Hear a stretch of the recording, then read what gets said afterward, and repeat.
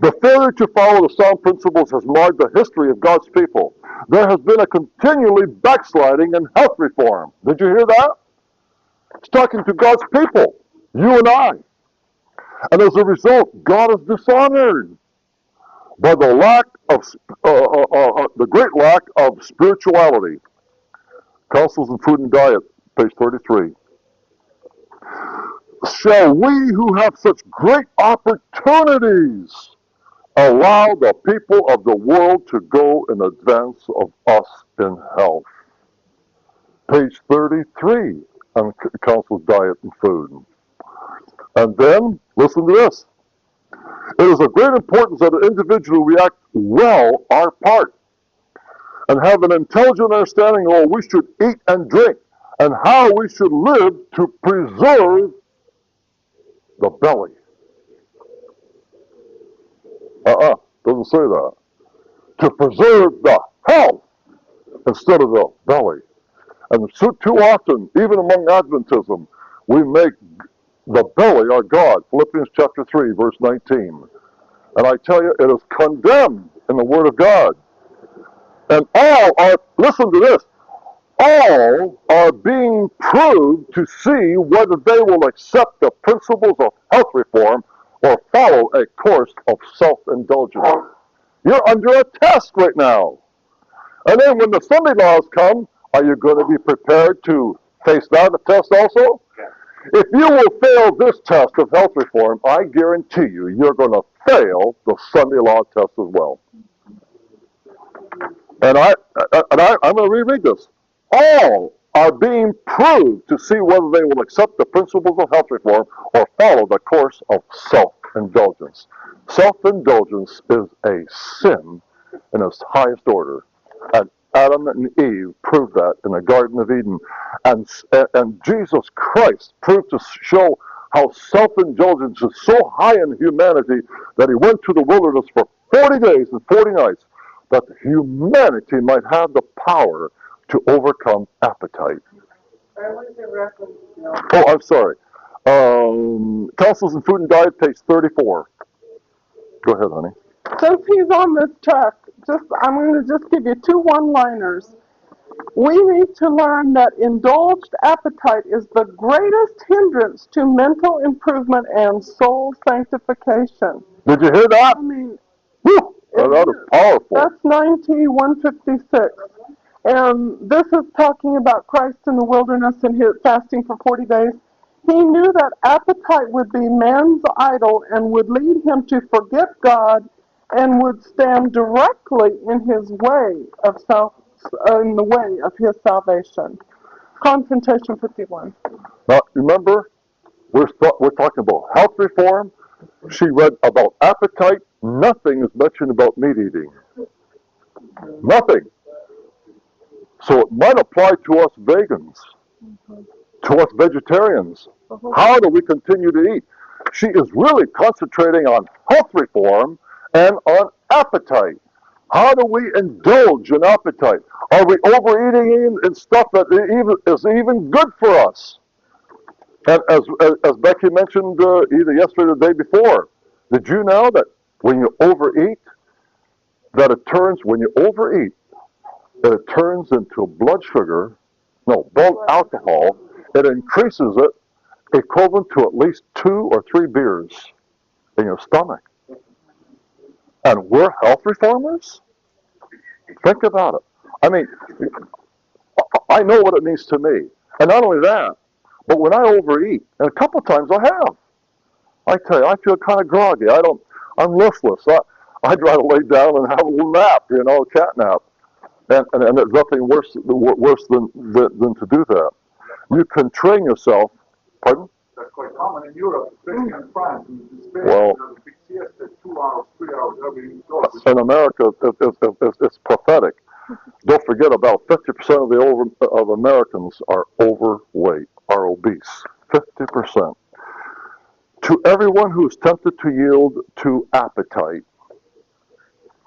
I would say, yield not to temptation, but confine yourself to use wholesome foods. She doesn't talk about meat. She just talks about appetite. You can train yourself to enjoy healthful diet. Did you hear that? Those of you says, I don't like broccoli, like I don't. I hate broccoli. I have trained myself not to enjoy broccoli. I have trained myself to eat it, and I eat it almost every day when I'm home because it's one of the highest concentrations of nutrients and antioxidants of any food in the vegetable kingdom. And for that, raw. Got to be raw. Yes. We almost never cook our vegetables. We eat about 95% of our vegetables, we eat it raw. Oh, yes. I'm sorry? No, steam, they're better. It's better than being cooked. But it's not the answer, because steaming it will still eliminate all the enzymes. Your body needs that living enzymes. And you only get it from raw food. I hate them all. Either one.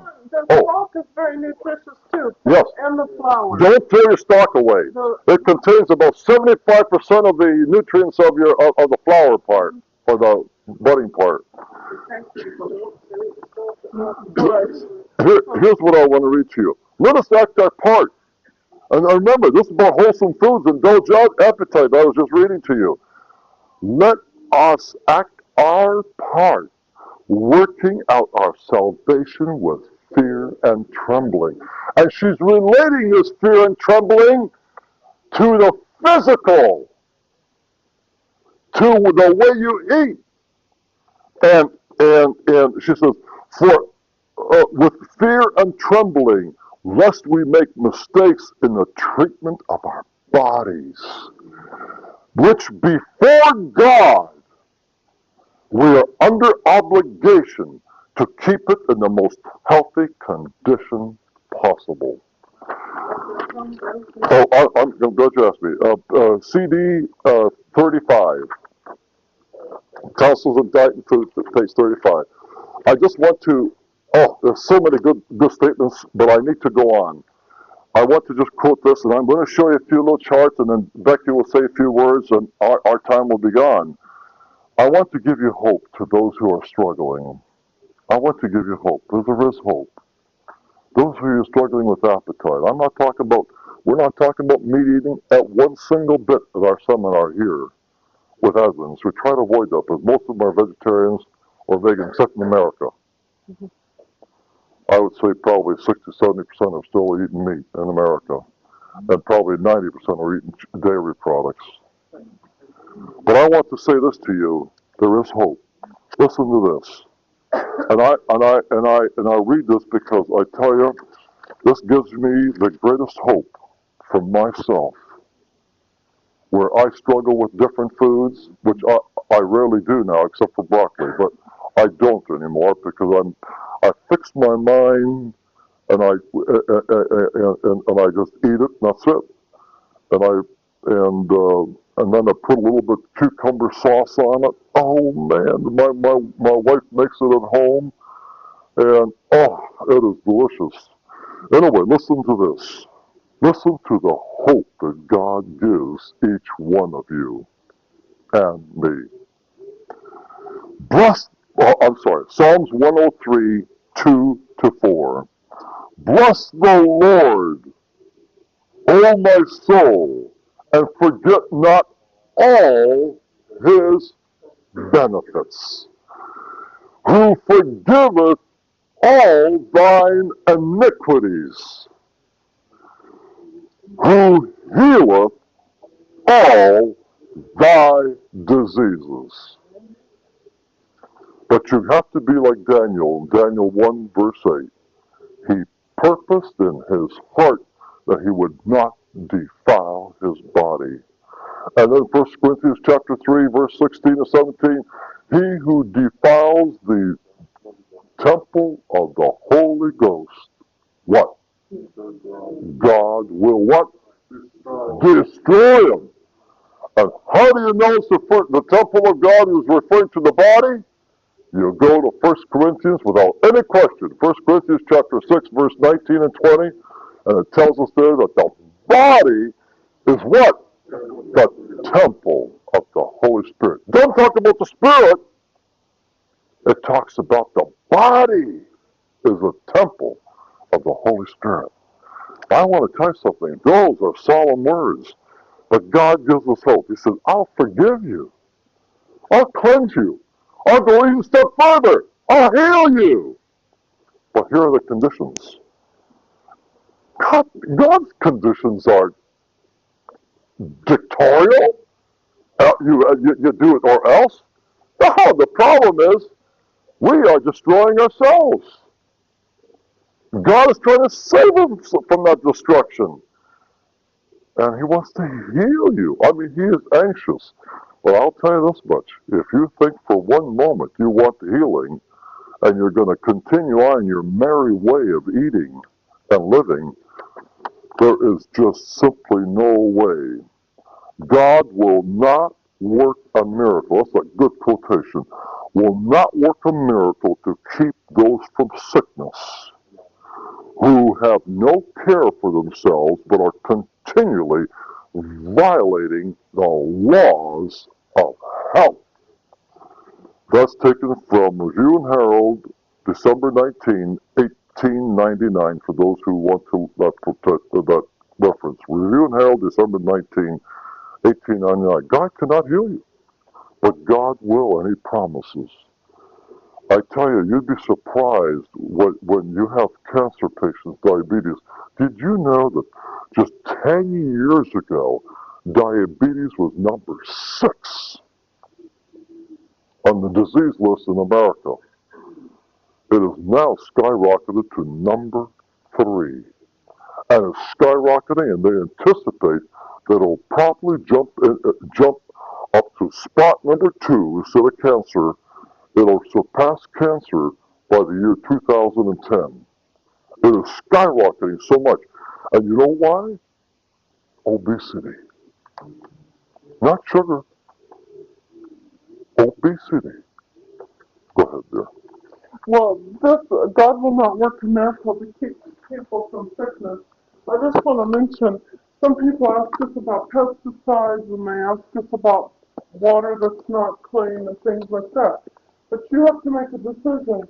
If you have a choice of drinking water that probably is not the best, or a Coke, which one are you going to ask for to bless? Or if you have the choice of eating vegetables that probably do have some pesticide on them, or a steak, or a, whatever, a fried chicken, which one are you going to ask Lord to bless? You've got to really think about that. I mean, I'm going to ask Lord to bless my fruits and my vegetables and keep me from sickness there. But, And how about water? Are you going to say, well, God, thank you for this fluid, bless this fluid or whatever what we're drinking? How can you do that when if you're drinking Pepsi or if you're drinking colas or any of the soft drinks for that matter that don't contain the caffeine? The problem is that the carbonation is the culprit along with caffeine that destroys your calcium in your body, in your bones rather. and when we were in Africa, we ate in several places that we would rather have not have eaten in. But, Bill kept saying, I think it's Mark 16:18 or so, that the Lord will keep you from, and if you drink any deadly thing, it will not hurt you. You claim that promise. You claim that promise, and God will keep you. Anyway, I just, since Becky mentioned water, I just want to say something to you about water real quickly. We are not drinking enough water. Juices are not the answer. As far as I'm concerned, if you're drinking juices, you're wasting your money, and you're affecting your blood, and you're affecting your body, because you're not getting much nutrients out of juices. They are cooked to death. The preservatives are added to them to sustain them on a shelf life. You don't want it unless you are drinking raw juices. That's the only type of juice you should really be drinking for benefit of nutrition. Otherwise, eat the whole thing. Instead of drinking orange juice that you get in a frozen container or whatever type of container it might be, use the whole orange or squeeze your own. But I want to tell you something. Water is the best blood thinner there is on the market. Water, at least 8 plus 8-ounce glasses per day, at least 8 of them. So could I ask you a question on the oranges? Some places they actually do the whole orange, the skin as well. Is that? Well, that's great. That's great. Yeah, I'm talking about the stuff that they boil to death, like your concentrate, you know, that you buy frozen and that you buy in a carton. The cartons. Well, we have in America, number one seller is frozen orange juice in a thing. It's number one seller in America, and the carton is number 2. And let me tell you, people are gobbling that stuff up and thinking they're getting their vitamin C. Well, you know what kind of vitamin C you're getting in those orange juices? Not from the orange, because it's gone. It's gone, long gone. The vitamin C cannot take heat. Vitamin C it's a chemical vitamin C that's added to that to add vitamin C to the orange juice or to whatever other kind of juice that you're drinking. And I want to tell you too, it is the best internal cleanser you'll ever find, water.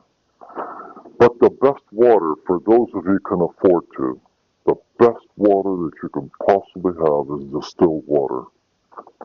Free of chemicals, free of minerals, free of everything. Because minerals in water is non-digestible. It's got to be organic minerals. And the only way you get your organic minerals is in the plant. Everything that's in the ground, all minerals that's in the ground, in the rock, or wherever it is in the ground, is inorganic. But it's converted, it cannot be converted to organic mineral in your body. Your body could only utilize organic mineral. And so therefore, if you think for one moment, oh, if I just drink distilled water, I'm not going to get no minerals. You get it from food. You don't get it from water because it doesn't absorb any. It's inorganic. Whatever minerals in that water is inorganic. Cannot be digested, cannot be absorbed in your body at all. Distilled water is one of the most purest forms of water. Your kidneys will absolutely love it. What about boiled water? The what kind? Boiled. Boiled water? It's actually a little better also, but it's not better than distilled water. Distilled water, it removes all the impurities and chlorine. And of course, you know, in America they're starting to use a lot of fluoride, and so You say you got a Bosch distiller? you can buy a distiller. Water-wise is in America. I don't know what they have here in England, but if you can get one, get a Water-wise. It's the best, and it's also the least expensive to use, and it's extremely easy to use. But it's the clearest and most purest form of water, including over spring water, over everything. By the way, they have tested in America. They have tested 18 brands of water. And 10 of the brands contain more bacteria in the bottled water than you get out of your tap. When we come back, we'll have a water tester that we can Yes. stick on the water and tell you how many. We'll show you. You bring your bottle along. If you invite us back again, sometimes first of the next year, we'll bring a tester along. And we'll test your bottled water and show you how terrible it is, and then we'll bring our water and show you how pure our water is. Our water, when she had it tested by an independent, they were stunned. It was the best one. It was the best one on the whole bunch. You know why? 30 people were there getting tested. Ours was the only one that passed. You know why? Because ours was distilled water. A couple other people had distilled too, but they're still. That's right. Tap water distilled. Yes. That's right. It's tap water, Uh-huh. distilled, It's and it comes out pure. I mean, absolute pure. I want to talk about real quickly. I don't want to waste a lot of time on it. I want to. It's not a good. It's terrible in here, but it says here high sources of vitamin E. Even though this is, remember, a worldly chart, a scientific chart, I don't want you to use oil. Please don't use your oil to get your vitamin E. Get it where it'll be absorbed 100%. Because wheat germ oil, even though it's 83% vitamin E, you don't use oil. Please, whatever you do. Because when you start eating sunflower seeds, and don't oil roast it either. This one here shows oil roasted. Please do not use that. According to Dr. Agatha Fresh, Dr. Whitaker, Dr. McDougall, you must eat raw. And so, but look at that. As a matter of fact, sunflower seeds, when they're raw, they're even higher in vitamin E. But it doesn't show that on that chart. Then it shows almonds. Look at the raw almonds, 10 each. You get 27.2% of your vitamin E requirements. And then look at down to blueberries. Who would ever think blueberries would have vitamin E? Look at that, 14%. Look at all the greens. You know, if you're eating a half a cup, you should be eating 2 cups. Greens are extremely healthy for you. And then look at spinach. Look at plain old wheat germ. 1 tablespoon is equal, of course, to one dessert spoon that you have here. I want to continue moving on. Honey, when you're ready with yours, just let me know. I want to show one more chart here on this, and then, are you ready? No, that's not what I want. Oh, that is the one. That is the one I want. That wasn't yours, this is mine. I want to show you how important it is to eat nuts. People who ate one nut or just one serving a week, raw nuts, got to be raw. Do not eat roasted. They took an average of 1% or 1 point. But those who ate it 1 to 4 times a week, look how much it dropped. Their heart disease dropped. The fatal, of course, is this part here. The non-fatal is this part here. And then, but look at those who ate it at least 5 times a week. Look how much it dropped to. Almost half. Well, I tell you, we eat it every single day. We have about 3 different groupings of raw nuts. And a good guide to how much raw nuts you should have, and seeds, including, pumpkin seeds, high in zinc. Brazil nuts, extremely high in selenium. Just 2 a day. That's all you eat. Don't eat any more than that. You're wasting the nutrition in that. You know, because get the selenium out of it. Yes.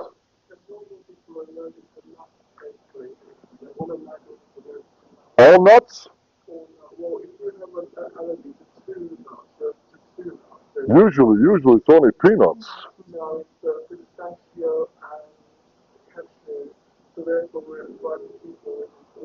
Well, how about almonds?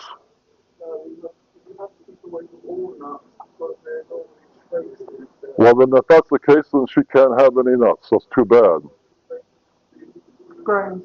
Yes, if you can't, vitamin E is also very, very, very high in grains. But if she can handle the sunflower seed, by the way, the sunflower seed is extremely high. Well, as you saw it there, it's very high in vitamin E, and it's also a good source of helping reduce your heart disease risk. But isn't that amazing? But then you'll say, oh, but nuts are 30% fat. Isn't that amazing? It doesn't affect the heart. It improves the heart. By eating it. Huh? Oh, yes. I wanted to give you an idea, because that's all I'm going to talk about this, but we're doing it in a rush, because we want to cover as much as we can today. I do want to say to you this much, that an average English person who is sedentary, who works at a desk, or a housewife who doesn't do a lot of housewifing or housekeeping, they should only have maybe a couple of handfuls a day, like that. Did you see? Not like that, like this. That's all you need. A variety. Nuts. Only 2 a day, 2 or 3 a day. Maybe you and I, Roy, could handle 3, but a lot of the people just can't handle 3, and they should only handle about 2, and that's about it. Pardon? I only have one. My wife has 1. You're limited to how many types of nuts at a time. Well, I'll tell you something. A good guideline is a good tablespoon, a dessert spoonful of sunflower seeds. I'm just using a variety now. Of pumpkin seeds, and maybe another one of Brazil nuts. Brazil nuts should be every day, because it's the best form of selenium, which helps fight cancer, and it improves your immune system. Tremendous selenium is boosts your immune system. So then of course you can switch around with almonds, but almonds are the king of the fruit, or king of the seed, of the nuts. It also is very, very high in calcium. I'm sorry, I'm rushing here, and I just can't keep track here. And then another very good one is filberts or hazelnuts. Depends what you call them in different countries. Also a very good source. But okay, honey, go ahead and do what you want. Go ahead. Well, somebody had asked us earlier about B12, and we have Yes. some more charts about B12 at home, but this is the only one that we have with us. But when you get up in the morning, don't first thing go rinse your mouth out and spit it out or brush your teeth immediately. You have enough agatha, you have enough B12 under your tongue that has grown overnight that to get your day's worth of B12. 0.01. However, And all you need is about 0.02 or 3. That's it for vegans. if you have a high protein diet, you'll need a lot more B12. Yeah. Animal protein, vegetable protein does not affect you in the same way. But if you have a real high animal protein diet, you will need more B12. But you get it from root vegetables, anything that grows in the ground. We scrub ours, but if there was Very lightly. if there was a little something on it, I'm not going to have a heart attack over it. And because you do get some B12 from that, and I don't know if you can even see this, but B12 in organically grown plant foods. There's B12 in soybeans. B12 is green. I mean, organic food is look how much more B12 you get in organic food. But in soybeans and barley and spinach, but the point is that if you have a balanced diet and you use leafy vegetables and grains, you should not have a B12 problem. So the real answer is to grow your own vegetables. Well, that's very good. But the point is, even if you saw it, even on the chart, I got news for you. If you even eat the fertilized one, you got more than enough B12. Yeah. If you do. So, but if you grow your own, you get like about 3 times more. So you get more than you even need. But yes. Spirulina and big pollen. Oh yes. Oh yes. Yeah, spirulina is also a good source of vitamin B12. Use it. And kelp, I put. Only thing is it costs more. I put kelp in my bread and in my vegetables and things like that. I just put a little bit here and there because of the B12 too, because it adds. So. And then somebody was asking about cancer-fighting foods. So I just want to give you a little quick list. Brussels sprouts, broccoli, red grapes, watercress. And it tells you the phytochemical that's the cancer fighter, but I can't pronounce them, so I'm not going to try them. Citrus fruit, garlic, onions, leeks, soybeans, grapes, fruits, grains. You know, the bottom line of everything is just so simple. Fruits, grains, and nuts, in the Garden of Eden, the best diet possible. And I think I got one more. Yeah. This is also just a cancer fighting vegetables and fruits. Um, Look at them all. Look at them all. Look at them all. They all have antioxidants and they all have anti-cancer And flavonoids. phytochemicals in them. Yes. So, I mean, just look, I don't know if you can read it. Blueberries, strawberries, plums, oranges, grapes, citrus fruits, apricots, orange juice, but oranges, grapefruit, kiwi, raspberries. I mean, there's just so many that as long as you eat a variety. Did you know that one kiwi has twice as much vitamin C than a large orange? Did you know that? Okay. Potassium too. Potassium too. Yes. Okay, go ahead. I'm done. Okay, we've only got about 10 minutes left, and I just want to briefly, we're just going through our folders here trying to pick the highlights, but I do want to mention this to you because I think it's a tremendous, very, very important, and I just don't want to let this go by, even if we run out of time. How many of you use flaxseed? Ground? Linseed. Every day? Linseed. Or linseed? Please use it. I tell you, I've got here one way to prevent prostate and breast cancer.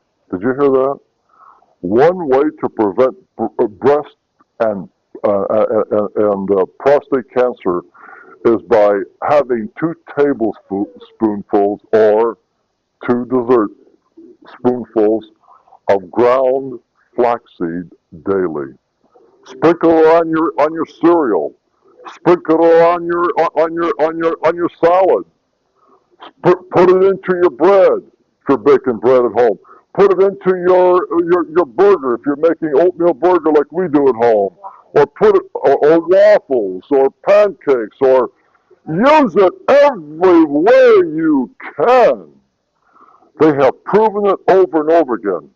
Diabetes. I hear again, I'm rushing through it because I don't have time to go into all the details. And that's the reason why. But did you know that according to the study here, that it reduced the blood sugar level 28% Fiber. because of the fiber in it. Extremely high. And omega-3. Don't take omega-3 in a pill. Take omega-3 in the food. And the highest of all is flaxseed or linseed. The second one is salmon. And the third is walnuts. But don't use the salmon. You don't need the cholesterol in the salmon at all. And then it talks about, did you know that 2 tablespoons or dessert spoonfuls of flaxseed will shrink breast cancer used daily will shrink breast cancer by 50%. And when they tried broccoli, they found out you would have to eat the equivalent of 15 cups of broccoli to what 2 tablespoons or 2 dessert spoons of flaxseed did. And then it goes on, this is by Dr. Whitaker, by the way, who's a Baptist physician. He's a strong vegetarian promoter. And you know what it said? And it contains lignans, Lignans, and that's what fights cancer in the prostate and the breast. I got news for you. It'll fight every other cancer if you eat right. And then, of course, listen to this. For you women who are going through menopause or have gone through menopause, maybe you can teach your daughters and granddaughters or whatever. But just 1 tablespoon of flaxseed taken daily can supply you the hormones to smooth your up and down of your estrogen in your body while you're going through menopause. How do you like that? Just 1 tablespoonful. Well, in a way, I could go on, but I don't want to dwell on that because I'm almost out of time, and Hal will be here in a minute. The other thing I want to say to you is that we found out, that the study found out, that if you increase your flaxseed even to maybe 3 and 4 dessert spoonfuls, heaping, when I say spoonfuls, I'm not talking about a level. I'm talking about a heaping spoonful. And then do you know that it'll reverse your heart disease? It'll reverse your diabetes. And so if you know anybody, please talk to them about that. And also, the other thing that I want to mention, because it's extremely high in fiber and, of course, omega-3. And the other thing is for heart disease, is eat at least 3 apples a day.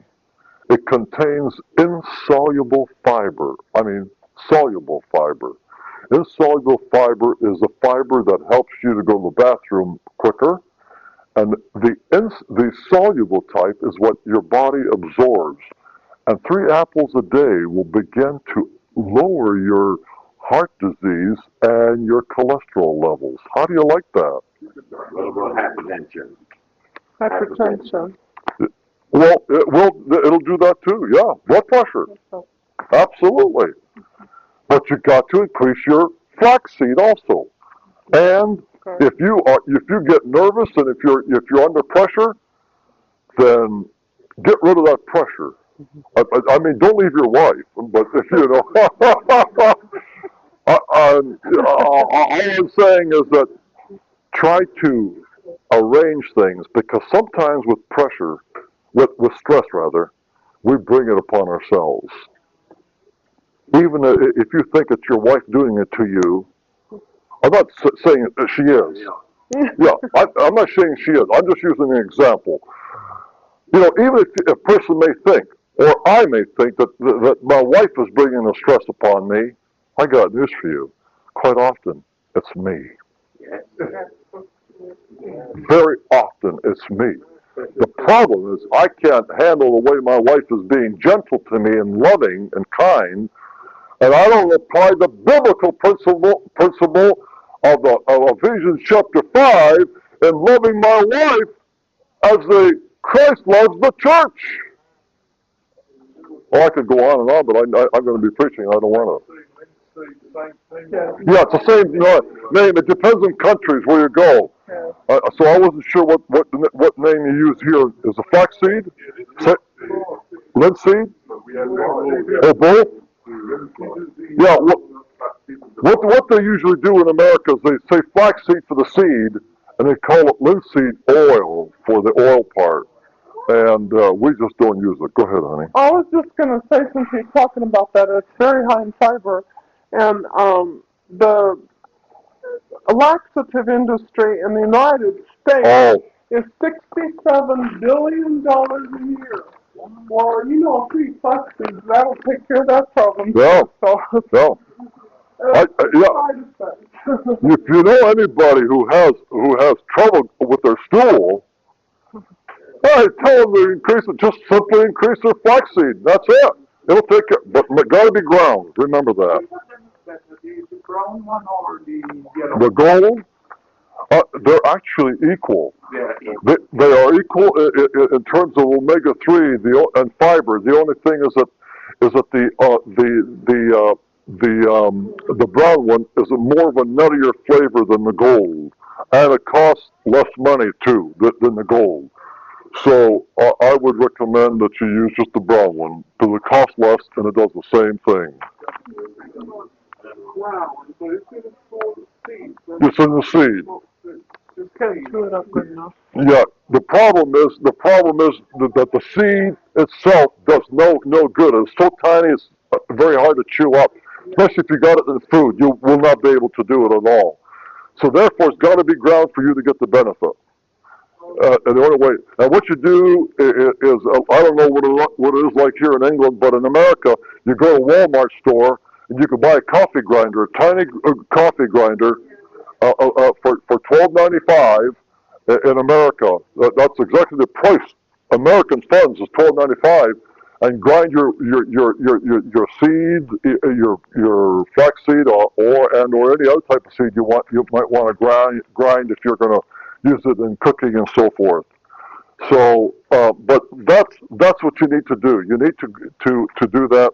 The other thing I want to really mention to you, and this was a tremendous article in a public news or health magazine. No, it wasn't. It was in it was a Time magazine. and that is, use red, purple, and blue pigments are the highest antioxidants to prevent cancer. And what is it? Blueberries, red grapes. Don't use white grapes. White grapes have hardly any antioxidant in it. That's right. And also for the heart, red grapes or purple grape juice is good for the heart. Tremendous benefits. Even though it's been cooked to death, it still has the ingredient for the heart. Even though you lose a lot of the nutritional. But if you're going to use grapes and you love your white grapes, please get rid of them. And I don't get rid of them. Just don't buy them. Please use the red, because they contain like about 10 times more antioxidants than does the white grapes. The red and the black. Yes. Talking about Jersey before, we've got Welch's here. Welch's purple grape. Excellent for the heart. Try to buy the one without sugar. Try to buy it. Yeah, make sure it doesn't have any sugar in it. That's all. What about figs? Figs are good. Figs. High in Figs, fiber. very high in fiber. Calcium. Extremely, yeah, and calcium, yes, very high. And then it goes on to mention blueberries, strawberries, cherries, and of course your carrots, your beets in the vegetable kingdom, your red peppers. Your red pepper is far more antioxidants and calcium and vitamin A than does your green peppers. So naturally, red peppers are very high in price, but switch from time to time and try to do that. I could go on and on. I don't want to miss my last point. Increase your garlic tremendously.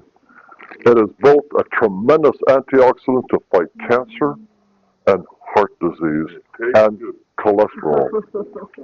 And if you could eat it possibly raw, then eat it raw. It is one of the best way to go.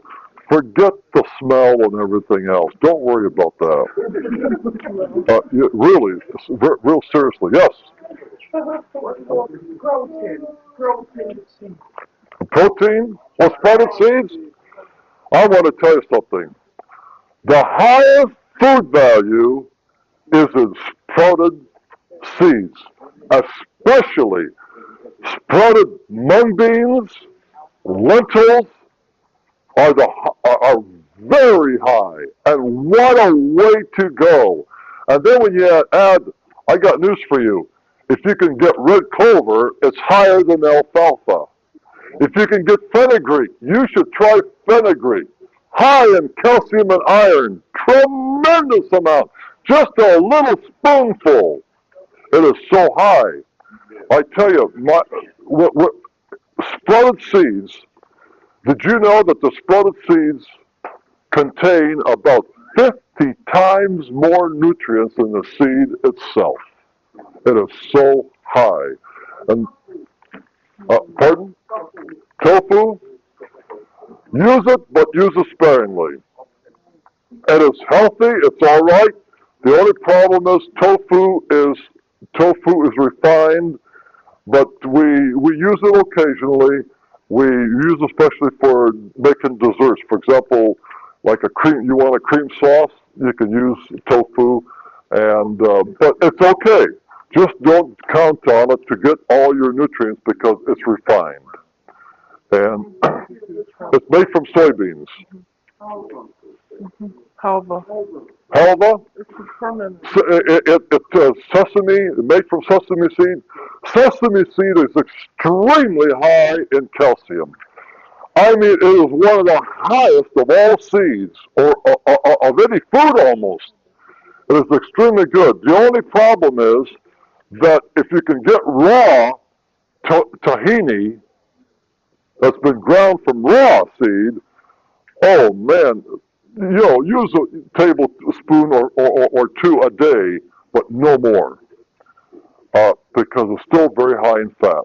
1 tablespoon or desert spoonful has about 16 dessert, 16 grams of fat in it, and although it's good fat, you still need to be careful. Especially for those who do fight a little bit with overweight. If the brown one is raw, it's better because it's still got the outer hull on it, and that's where the germ is, and it's got the fiber, highest fiber. But if it's brown and roasted, no, that's the problem. So check and see your tahini and try to eat it that way. I wish we could spend more time, but our time has run out. And if you have any questions, and if you want a good, complete health seminar that will give you and direct you in all your dietary habits, invite us back, and we'll be glad to come. But First class, so the British even started to make up their own words about travel to India. It's a very interesting language, is the English language. About 6 years ago, I read that over 200 Japanese words have been incorporated into the English language, into this complete Oxford Dictionary, because they're so commonly used in the commercial world. So there are plenty of Japanese words now. But, here, if we look at that dictionary, the complete Oxford, don't go for some schoolboy's Oxford Dictionary. I'm talking about the complete Oxford Dictionary. And you'd have to go to a library. But there are plenty of them in Australia where I've been able to look them up. And there's columns of definition of the word time. You'd think it'd be pretty easy to just say what time is. But in that, they have time as found, and they mention the text, Daniel 7:25 and Daniel 12:7. And I want to read you the definition that the complete Oxford Dictionary. You've got to search for it because there's so many columns of material, and this is what it says. Referring to those two texts, a space of time understood to mean a year. Sometimes the British get it right, brethren. This time they got it dead right. Make no mistake about it. But we're not going to base it on this old dictionary, because it's a man-made thing and they could be dead wrong. We'll see that they are actually very accurate in that definition. Well, fortunately, we can go over to Daniel 12, chapter 7, and we can dispense with the problem of what fraction it is, because, and I'll just read down towards the end of verse 7 of chapter 12. It shall be for a time, times and a half. If you want to confirm that, you just go over to Revelation chapter 12 and verse 14. So we know what fraction. We've got that settled. It's a half. Half a year or 6 months. I mentioned that in Daniel, in Revelation chapter 13, it also gives us that same period in much more easily understood term. Revelation 13 verse 5, and it tells us there, after telling about the mouth speaking great blasphemy and power. You see, this is one of the times when the word power comes in, was given unto him to continue 42 months. Now once again, it would be helpful if we knew the number of days in those 42 months. And if we go back to chapter 11, we're told in verse 2 again about the 42 months.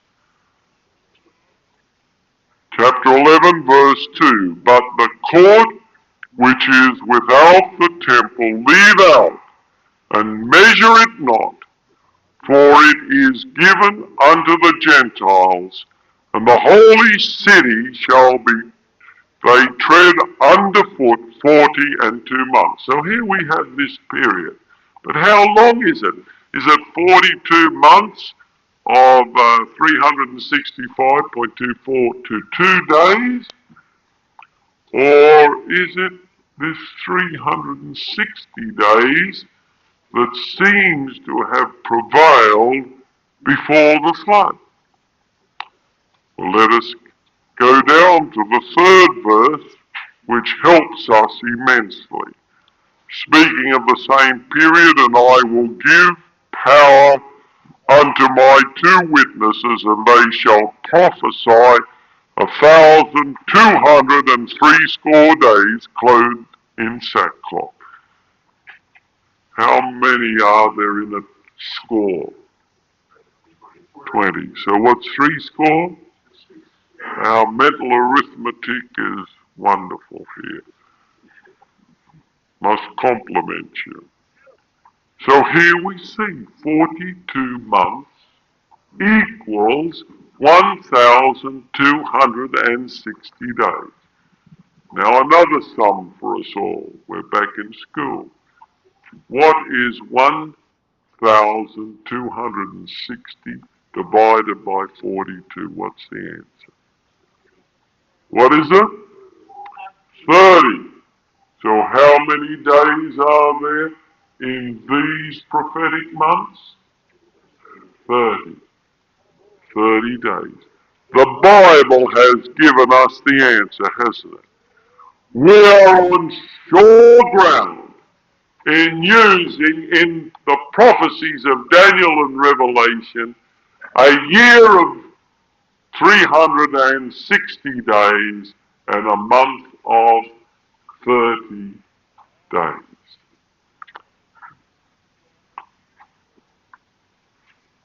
But I want to look at one other matter, and that is the dating of the commencement of the antitypical Day of Atonement. Now, Sister White plainly states that commenced on the 22nd day of October, 1844. Her prophetic authority is at stake on that date.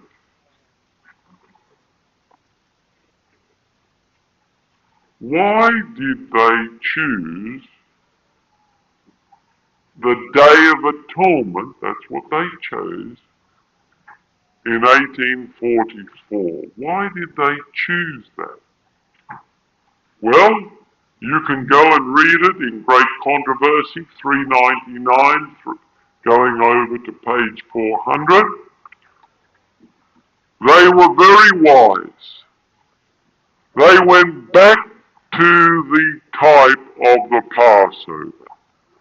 You'll remember that on the 14th day of the first month was the Passover, always on the 14th day. And that was the day when the Paschal Lamb was slain, representing the death of our Lord and Savior Jesus Christ. On the 15th day, the next day, was the Feast of Unleavened Bread, the first day of the Feast of Unleavened Bread, and it was declared in Leviticus 23. Perhaps we better look at that so that You can see that the evidence for yourself. Let's start at verse 5 and verify these matters, because it's important that I not only tell you, you see it with your own eyes. So we'll start at verse 5. In the 14th day of the first month at even is the Lord's Passover. So the Passover commenced on the 14th day of the first month. Now the next verse tells us, on the 15th day of the same month is the feast of unleavened bread unto the Lord. 7 days ye must eat unleavened bread.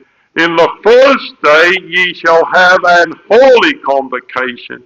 Ye shall do no servile work therein. This was a ceremonial Sabbath. No question about that point. The Passover was not a ceremonial Sabbath. It could never be, because the Jews were prohibited from executing anyone on the Sabbath day. As a result, it was the next day, which was the Sabbath, and of course, that was a type of Christ resting in the tomb during that day. And on the very next day came the Feast of First Fruits. Let's go over to verse 10. Speak unto the children of Israel, and say unto them, when ye be come into the land which I give unto you, and shall reap the harvest thereof, then ye shall bring a sheaf of the first fruits of your harvest unto the priest, and he shall wave the sheaf before the Lord, to be accepted for you on the morrow after the Sabbath. So if the Sabbath was the 15th day, what was the day of the Feast of First Fruits? It was the 16th day. They were successive days. It was the day after the Sabbath. And the priest shall wave it. So here were 3 successive days. Christ died on the day of the Passover. He'd been up there for the Passover. So on the type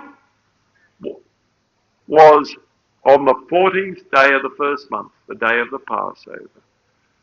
Christ, as the antitype, fulfilled it on precisely the day of the type. The day of the Sabbath, the 15th day, again, Christ as the antitype fulfilled the type on the precise day by resting in the tomb, in Joseph's tomb. And then finally, on the 16th day of the first month, when the type was held of first fruits, and the Bible tells us Christ is the first fruits of them that are, those that are raised from the dead. He's the first fruits. He rose on that very day. So our people said, then in the autumn festival, the festival of the Day of Atonement, we can expect that it commenced on the very same day, on the day of the time. And so they searched to find out what day was the Day of Atonement in the year 1844, but there was a problem. They chose October 22. Brothers and sisters, throughout Judaism, throughout the world, they celebrated it on the 21st of September. I've gone back into the history of it in the year 1844, and I tell you, the opponents of God's truth have made capital out of that fact. 99 more than 99.9% followed the rabbinical calculations that year. And here were these unschooled early Adventists saying, no, they are wrong. It should be the 22nd day of October.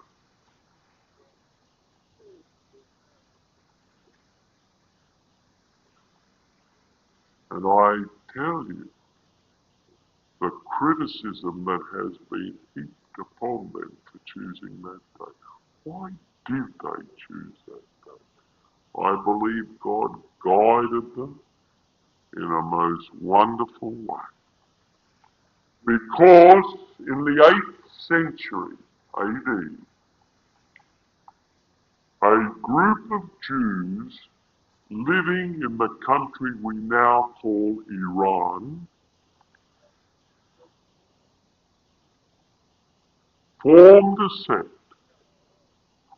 which did away with the Talmud, that is the Mishnah and the Gemara, those dreadful books that were the church manual of the Jewish church, and said, we will abide by the Bible and the Bible alone. That was a wonderful start of these.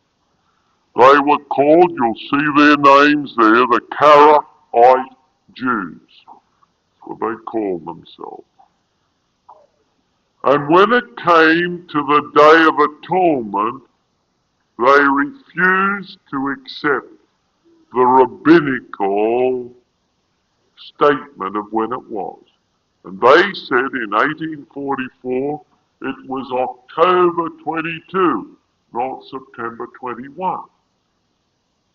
Now, I must hasten to say that by the 1844, just about all the Karaite Jews had given away and were using whatever the rabbis said, except a little few that were still living in Palestine because the sect had spread to Palestine.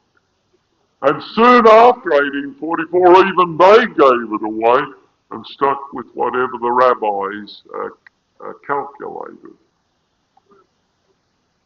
And it's an interesting fact, about 1990, some of the Karaite Jews have come back and started sometimes differing. And the latest time, because usually it coincided, their view and that of the rabbis, but every so often it doesn't. I'll tell you why in a moment. And the last time it didn't coincide was the Jewish year that spanned part of 99 and 2000. And if you want to look up, they have a website. It's called www.karaite.il for Israel, IL. Pretty easy to find. So they have a website now, these Karaite Jews. They're no longer in the 8th century, you see. Well, what was the reason for the divergence? Now, someone said, and that's what I had been told, I've even heard evangelists say it, that the reason we use the 30 days and 360 days and so forth is because that the Jewish calendar was 360 days. All I know is from the time of the Babylonian captivity on, they never used such a calendar. Never. They used the Babylonian calendar.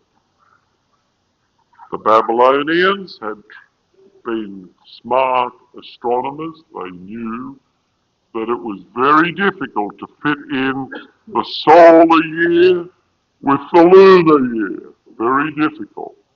And so they looked at the periodicity of the orbit of the moon and they said, well, it's a bit more, of course, than 29 and a half days. You can see it's not 29.5, it's 29.530588.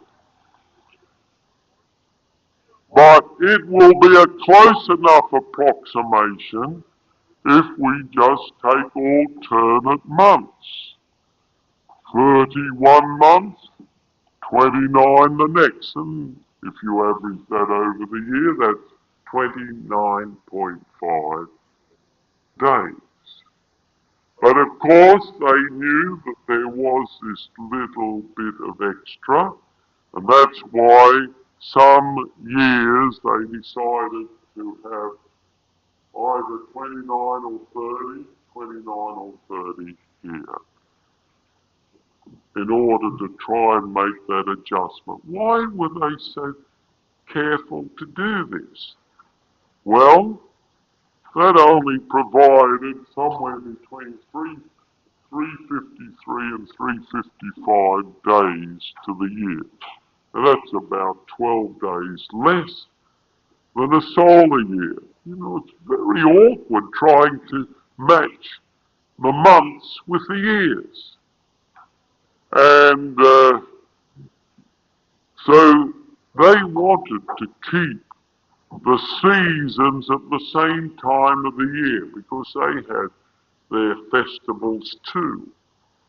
And so they decided that the only thing to do was at certain periods to have 13 months of 30 days, the extra month being 30 days.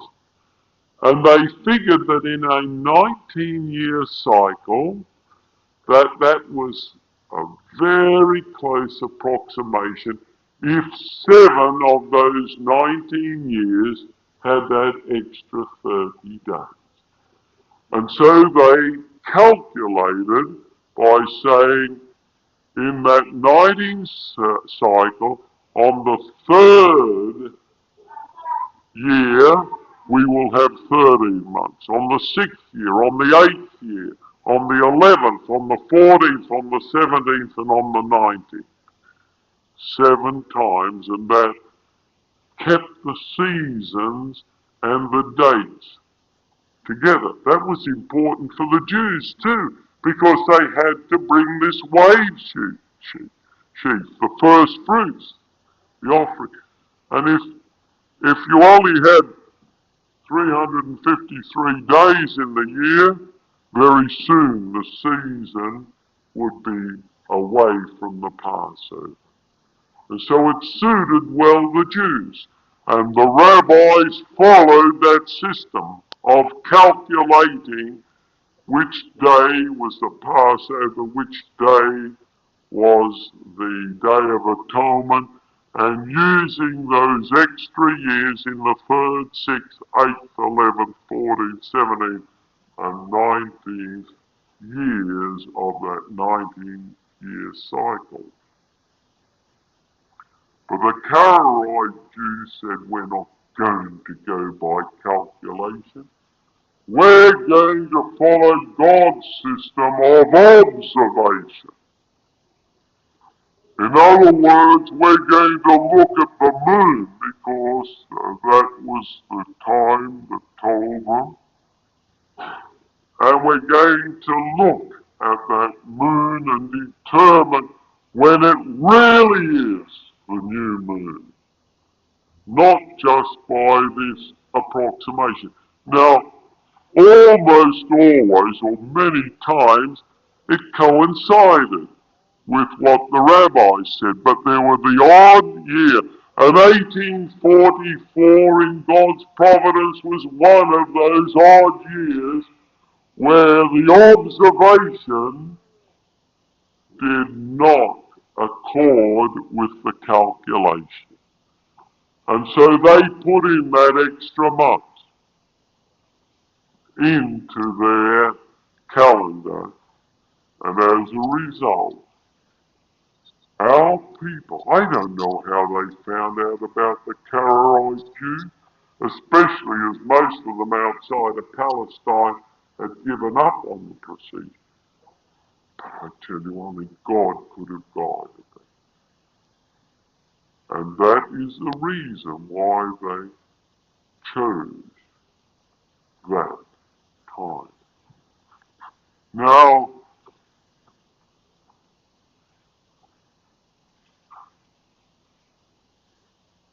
recent years, a wonderful piece of research has been undertaken. How many of you have heard of Dr. William Shea? Few of you have heard of him. He's a real man. I've had many discussions with him. We haven't always agreed, but somehow we like one another. Dr. Shea graduated as a physician, and then he decided to go to Harvard and study Middle Eastern languages, and he eventually became head of the Old Testament department at Andrews University at the seminary, and then later the Biblical Research Institute. A very interesting man. And he decided to do a piece of research. Now, he already knew that a book had been published by two authors, Parker and Duberstein. That book was called Babylonian Chronology. They have traced back every date of the new moon right back into antiquity, well into early Babylonian times. When Dr. Shea, by the way, it's spelled S-H-E-A, Shea. When Dr. Shea discovered this book, it occurred to him that it would be interesting to find the date of the Day of Atonement in the year 457 BC. Why 457 BC? Because that was the commencement of the 2,300 days. That was the year in which the Medo-Persian king sent forth his edict to restore and to rebuild Jerusalem. And that is documented absolutely certainly in history by by a clay tablet, and also by that elephantine nothing to do with elephants, by the way, manuscript, Parapus. He said, I wonder what it would be, but you know, there's a big problem. How can we put into our present calendar, which is a solar calendar, the dates back there? How can we find them out? You can see the problem because Julius Caesar, you'll see the Julian calendar in blue there, Julius Caesar decided he was fed up with all these awkward calendars based upon the month, and so he decided that he would bring in a solar calendar. Now his astronomers knew that it took approximately, but not exactly, 365 and a quarter days. So Julius Caesar said, well, that's simple. We'll have 365 days in the year, and every fourth year we'll have a leap year. 366 days. We're all acquainted with it. It's come down to this time. So it's lasted, hasn't it, that system. And so in 44 AD. But you know, as I've pointed out, the solar year is not 365.25, in other words, a quarter. It's 365.2422. So it was exaggerating the situation. Well, an extra 11 minutes and 14 seconds because it's not 6 hours, it's 5 hours, 48 and 46, so that means a little extra every 4 years, just 11 minutes and 14 seconds. You know, it makes very little difference from 1 year to the next, but I tell you, over a long period of time. And if we went from 44, and in the period of 1,626 years, down to the year 1582, it had made the difference of about 10 days. And Pope Gregory XIII was very concerned about this because now Easter was getting far away, or too far away in his view, from about the time, it's never exactly the time, of the Passover. Because it had made 10, those little 11 minutes and 14 seconds had added up until 10 days out of sync with the season. And so he consulted his astronomers, and they said, well, there's an easy solution. Why don't we? And this is what they did in October 4, which was a Thursday, in the year 1582. That was the 4th day of October.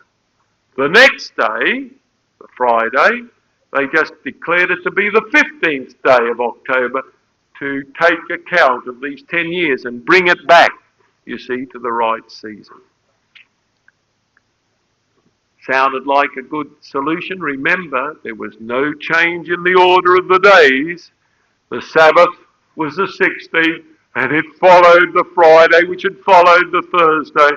There were no extra days or no less days in that week, so we didn't lose any problem. We have no problem with the continuation of the Sabbath day. It's just that the dates were changed. And it was a fairly wise move. It took England a long time because it was a papish plot in their minds to follow suit.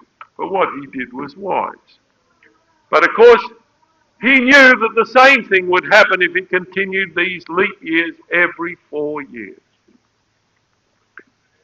And these astronomers made a suggestion.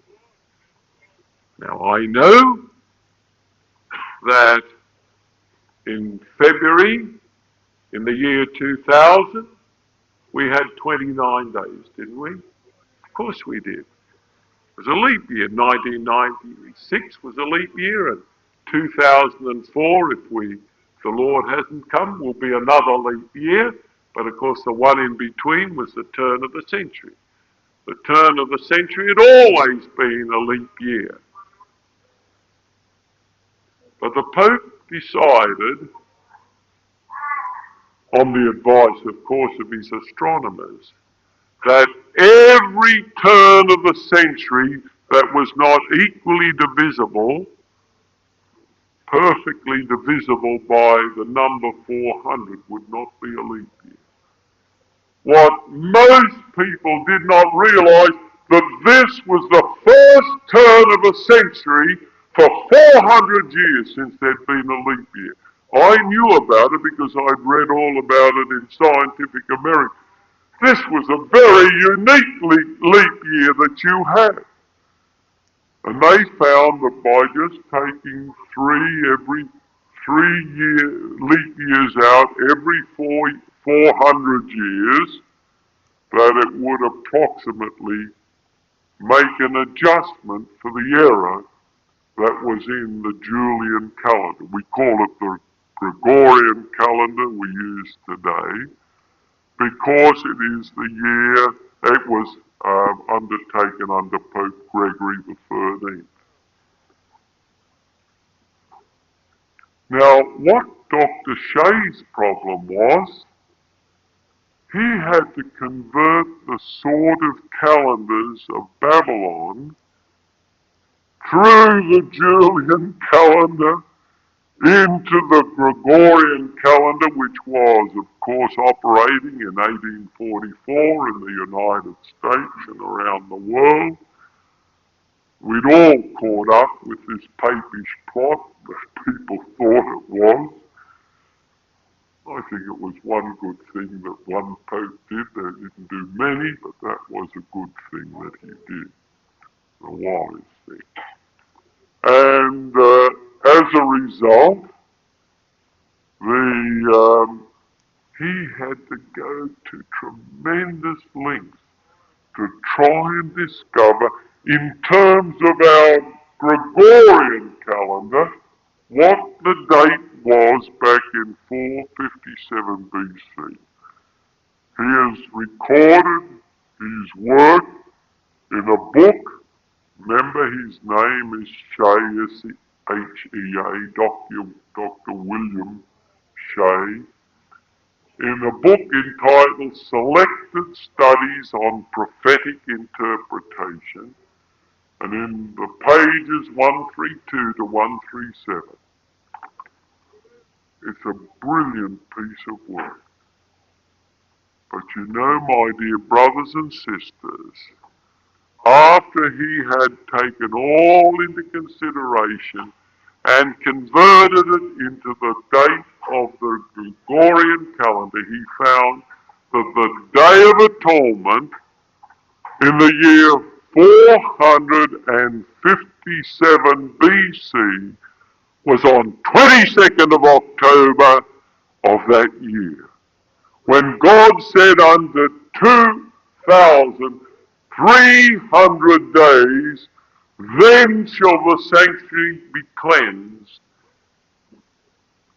He said precisely from the 22nd day of October to the 22nd day of October in 1844. Brothers and sisters, this is no coincidence. Absolutely not.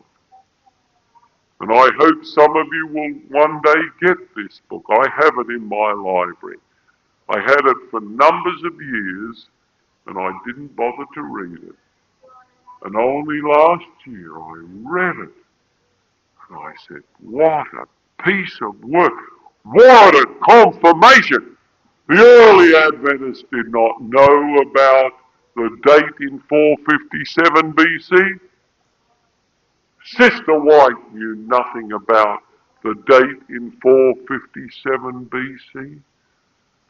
But today we know that in terms of the Gregorian calendar, the Day of Atonement, when that edict was given by the king of Medo-Persia, was precisely October 22, 1844. Brothers and sisters, we have not followed cunningly devised fable.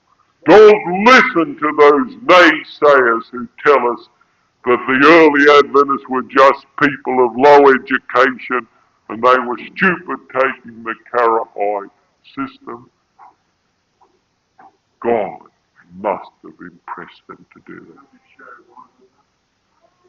He arrived at that by doing it by the method of observation. He didn't do the observations, but Parker and Duberstein in their book had been able to calculate all the new moons right back into eternity. They calculated all the ones in 457 BC. And then he converted that by a very tortuous method into, and to his absolute joy, Dr. Shea found it was the 22nd of October in terms of our calendar today. Anyone who wants to get that book, and I'll repeat the name of it, you can get it from the Biblical Research Institute, unless it's out of stock. The name of the book Remember, the author is Dr. William, just how you spell William normally, Shea, S-H-E-A, Selected Studies, the name of the book, on Prophetic Interpretation. Selected Studies. And the pages where you will find his method, you have to study it very carefully. It's very deep material, but I was thrilled as I read it. Pages 132 to 137. If you forget the page numbers, it's the very last chapter of the book, so it's very easy to find. The very last chapter of the book, but the pages are 132 to 137. My dear brothers and sisters, isn't it wonderful what Peter said? You know, this old man was writing knowing that he was about to have a most fearful death. It's one thing to be taken out and shot. It's another thing to be crucified. And Sister White confirms that he was crucified upside down. But what I want to read to you is his words as he faced this shocking death. We know this, we're reading 2 Peter chapter 1, verse 14, 15, knowing that shortly I must put off this my tabernacle, even as our Lord Jesus Christ hath showed me. Remember, Christ revealed it to him. Dear brothers and sisters, I may be looking into the eyes of one or more martyrs here. I could be, because Sister White tells us there will be many martyrs, not after the close of probation, but just before the close of probation. I don't know who they are, and I think those who are martyrs are just as happy that it hasn't been revealed to them in advance. Be hard to get it out of your mind, wouldn't it? But Peter knew it decades in advance, that would be his ultimate end. And now the death sentence has been passed, as he writes this, because he said, knowing that shortly I must put off this my tabernacle, even as our Lord Jesus Christ hath showed me. Moreover, I will endeavour that ye may be able, after my decease, to have these things always in remembrance. Brothers and sisters, here we are on the 11th day of August 2001, fulfilling his wish. Have these things. That's when he said, we have not followed cunningly devised fable. Do you think Peter would have suffered such a terrible death of martyrdom if he had doubt about the certainty of the faith? What an example to us. We must be certain of our faith. And there it is said, we have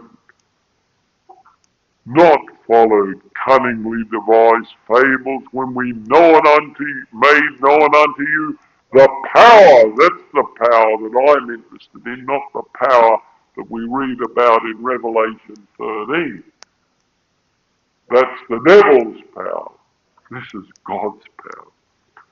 The power he tells us about, and coming of our Lord Jesus Christ, but we're eyewitnesses of his majesty.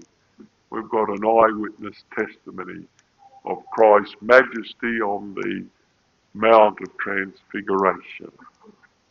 And then in verse 19 he says, we have also a more sure word of prophecy. You know, I love certainty. I love certainty.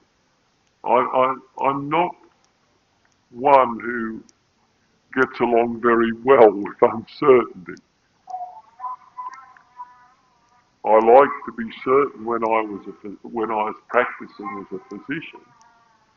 I want to tell you, I don't think a patient would be very happy if he came to me and said, "Oh, doctor," and you said, "Well, it could be this, but I'm not sure." Oh well, we'll just take you to the theatre, open you up, and maybe we'll see it in there. Find out what it's all about. I think the patient might say, "Doctor, is it possible for me to have a second opinion on this matter?" If he didn't, he'd be very foolish. You know, but how much more is it important to have certainty about our faith? Brothers and sisters, that's where we really need absolute certainty. For Peter, when he says a more sure word of prophecy, whereunto ye do well that ye take heed, as unto a light that shineth in a dark place, until the day dawn and the day star arise in your hearts, knowing this first, that no prophecy of Scripture is of any private interpretation, for the prophecy came not in all times by the will of man, but holy men of God spake as they were moved by the Holy Ghost. Brothers and sisters, we commenced as a prophetic people.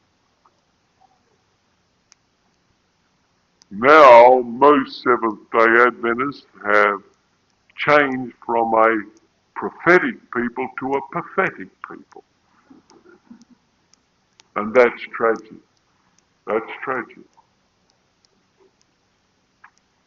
These prophecies, so important, for if this prophecy of the 2,300 days, Daniel 8:14, is in error, we have no grounds for being Seventh-day Adventists. It's as simple as that.